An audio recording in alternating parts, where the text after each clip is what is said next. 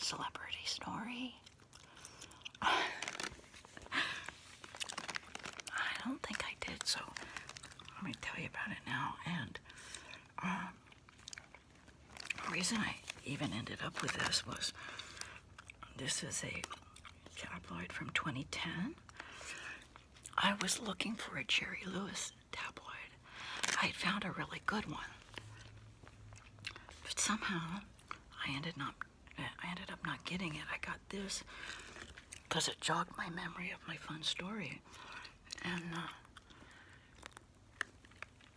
so I'm gonna have to go back and get the Jerry Lewis tabloid. Anyways,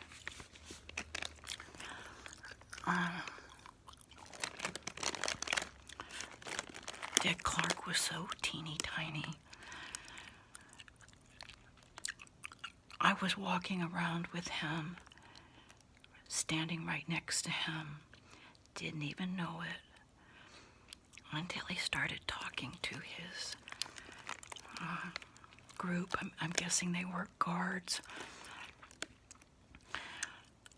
And I knew it was him right away. And I just, kept my head down.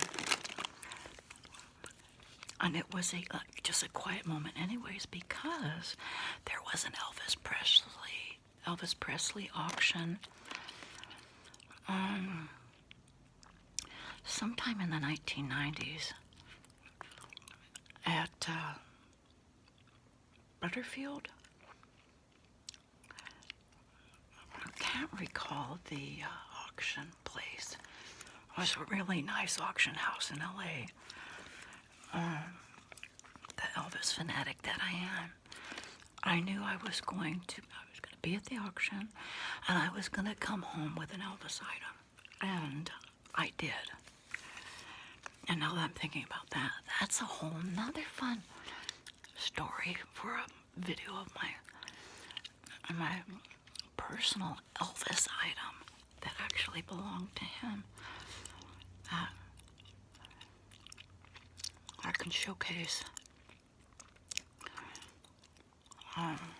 Anyways, so prior to the actual auctioning off of all his goodies, you're allowed to go, and kind of view all the stuff available. And so somehow I was there either the day before or sometime before. There were very serious Elvis people there. And I was so excited and so happy. My husband was so nice to me. And then after all was said and done, I said, "Why are you so nice to me?" He says, "Well, it's only going to go up in value." What? I mean, if it wasn't an investment, you wouldn't let me do it.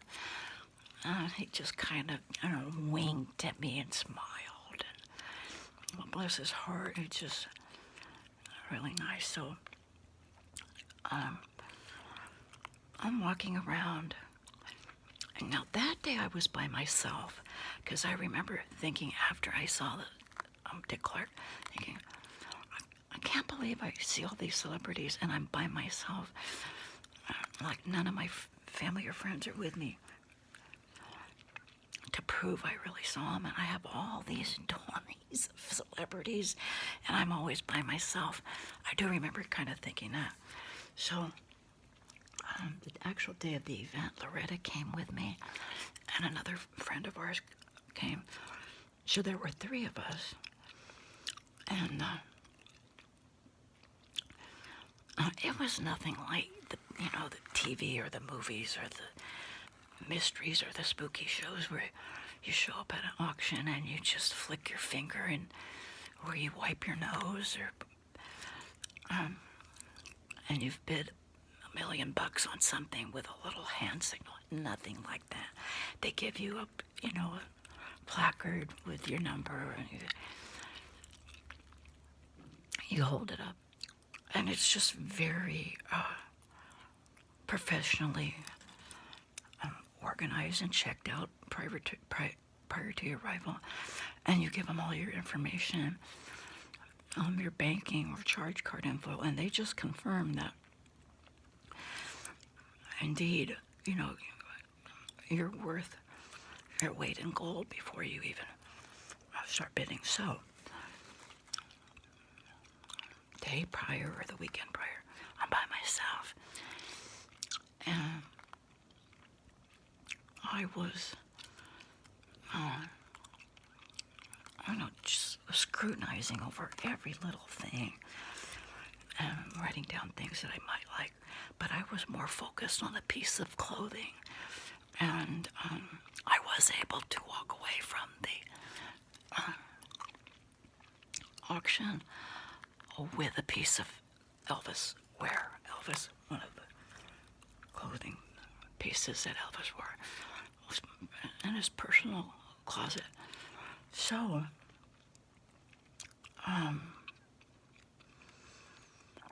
like I said, it's really quiet. People are just mulling around. No one's really talking. Everybody's serious. Everybody has their pen and paper. I had my pen and paper. And as Dick Clark is mulling over and asking his friends or bodyguards, I kind of think they were personal people from Priscilla's,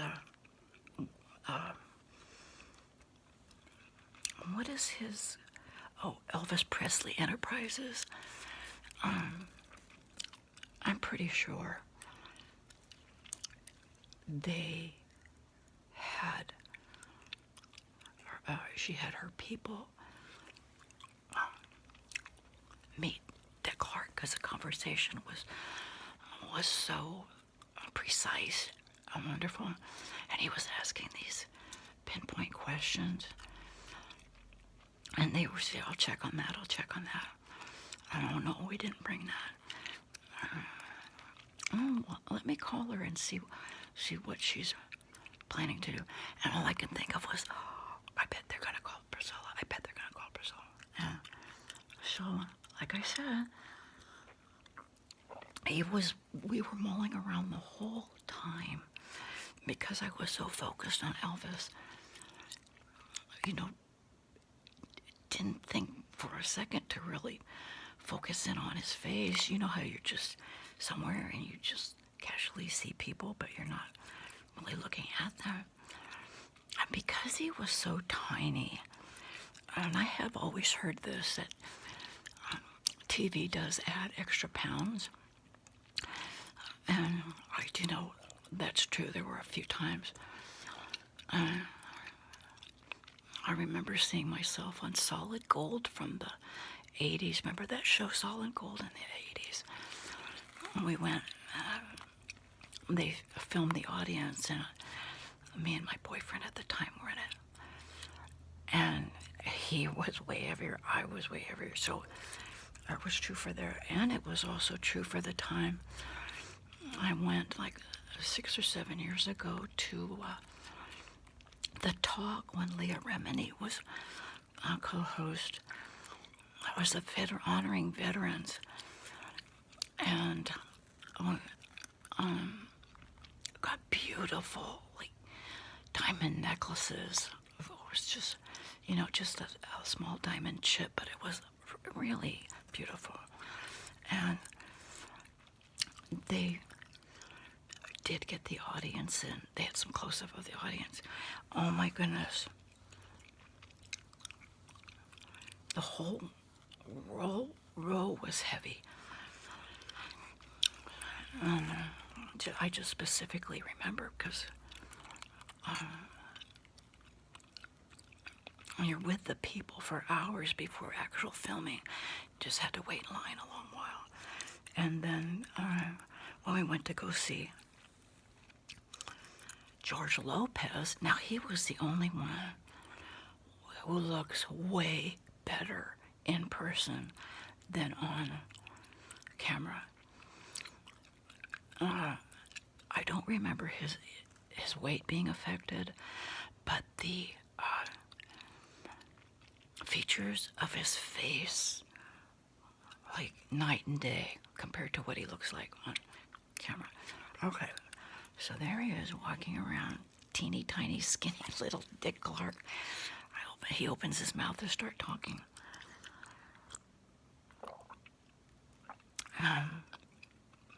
Even when I finally did poke my head up to look, see and make sure it was him, nobody was looking at me or paying attention to me, so I don't think anyone was fearful of his life. No, we have to be careful of this person over here. So, then when I realized it was him and they're more of a probably professional level than myself, I just kind of moseyed on over to the other side of the viewing area to where I could be viewing and peeking in on him. I was looking at him. And he had a nice suit, like a dark blue, medium blue suit. Fit and trim and clean cut. Looking as young as ever. And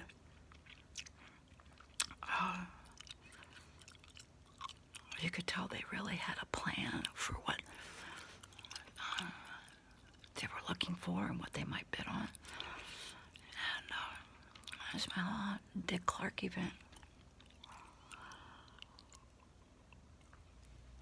And so the auction came and went. And so I would always add that, after the auction, I would talk about my Elvis item.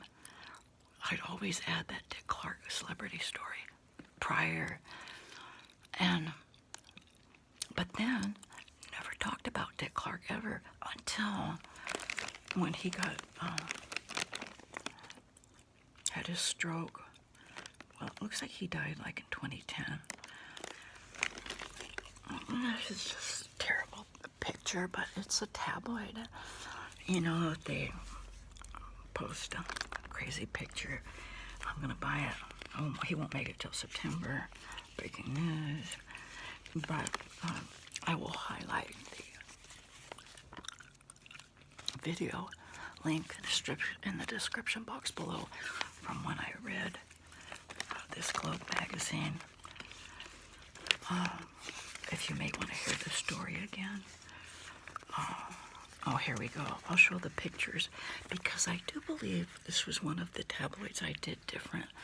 And I said instead of us looking at each photograph, page by page, we're just going to relax. We're going to lay our head back and read the stories. So you may not have seen all his pictures, but there's the cover. Look at him, 1959.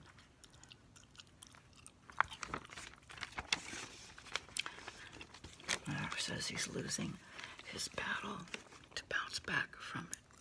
I guess he had many strokes.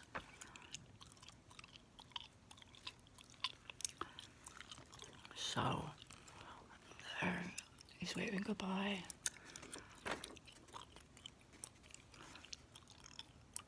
There he is.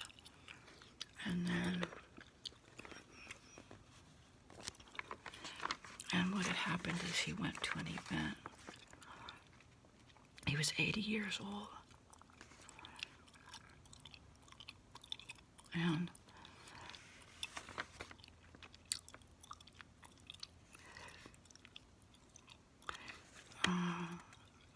I guess this was the daytime Emmys. He couldn't hold back. The article says he couldn't hold back the floodgates. Oh my goodness. But you still couldn't believe it. He's 80, even though he's not at his best. He's still aged very, very well. So, there you have it.